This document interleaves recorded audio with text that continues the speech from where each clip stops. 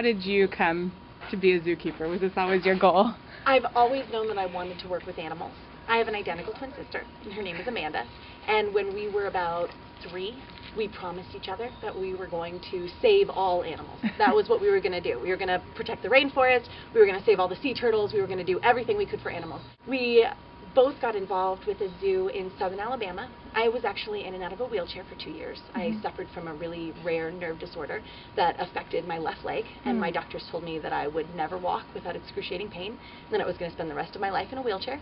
Oh, wow. And there was a little zoo in southern Alabama that was undergoing quite a bit. They had to go through 3 major evacuations in 1 year for Hurricanes Ivan, Dennis, and Katrina.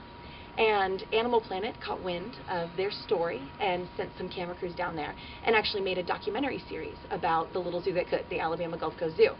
I was in the hospital and I was obsessed with this show. Here were these people that were everything I always wanted to be as zookeepers, who were putting their lives on the line to overcome something that everyone told them they could not possibly overcome. And my mom knew I was obsessed. She'd already ordered me the t-shirt from the zoo gift shop online when my doctors came in and said that the experimental nerve block that we had been working on was not responding the way that we had wanted, and that we were once again back to square one and didn't have any options and wasn't sure where I was going to go from there. My mom went out into the hallway with my twin sister and dialed 411 and asked for the Alabama Gulf Coast Zoo, just on a whim, out of nowhere, and the zoo director picked up the phone. So she listened to my mom cry about me for a few minutes, and my mom said, could you just spend 30 seconds, tell her, hi, my name's Patty Hall from the Alabama Gulf Coast Zoo, and you're going to get through this, and that's all I need from you, and then you can hang up and you can never talk to us again. She spent a half an hour on the phone with me, and then she had the head keeper call me the next day. And they turned into my home away from home support group. That was actually where I got my first full-time position. Amanda and I both moved out there. What brought you out here? How did you hear about the job, or what led you to Chaffee? My family had relocated to the Fresno area while Amanda and I were in Alabama, and our position there was seasonal. So when it ended, we weren't really sure what we were going to go for next. Did you start off as a zookeeper, or have you worked up to that? I was a full-time keeper at my last facility. When I started here, I started at the ground floor. I wanted to learn how a larger facility like this works from the bottom up. So I started out as a keeper assistant, and then I was a special projects keeper, which is kind of like a seasonal keeper, and then I got my full-time position. And I'm the relief keeper here, which means that I'm cross-trained almost everywhere, and I get to bounce around and go where I'm needed. So I've worked full-time in hoofstock, elephants, birds, reptiles, and the hospital.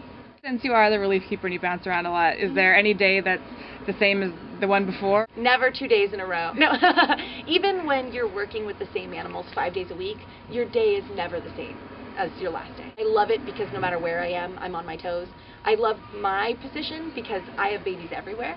I have gotten a chance to work with everything from kangaroos to condors to cobras, and I love them all. And I think that makes me weird for a zookeeper. Most of us, let's say you've got an elephant keeper who just doesn't do parrots. Right? Just no. Parrots make her uncomfortable. Not going to do it.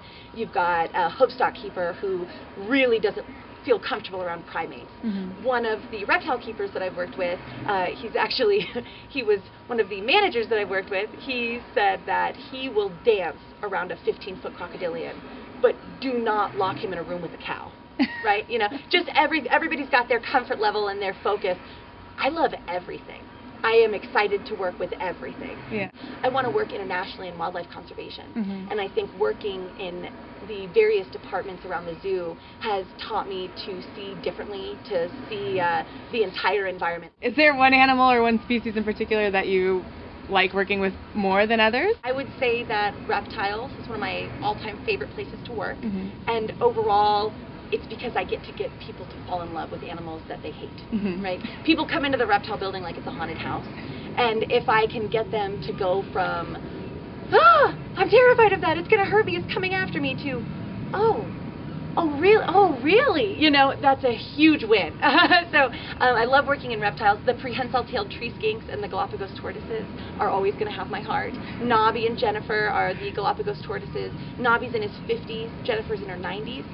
Galops have a special relationship with the birds on the islands, so they will actually lift their whole bodies up and go into almost a trance while the birds come and groom them and preen off old skin and bugs, things like that. Yeah. So our tortoises seek out that attention.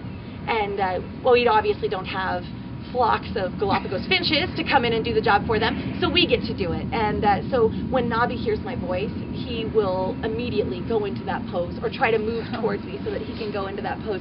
He's more motivated by that attention than he is by food. Yeah. And that's saying something if you understood what he would do for a banana.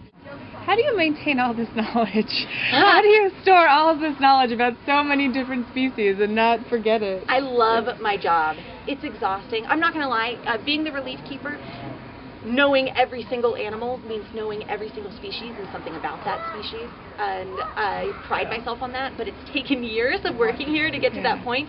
I'm a huge nerd. I spent Christmas Eve with my sister going over flashcards for crocodilians and rattlesnakes. You know, and that's what I do for fun. I love animals. I love teaching people about animals. So in my free time, I study.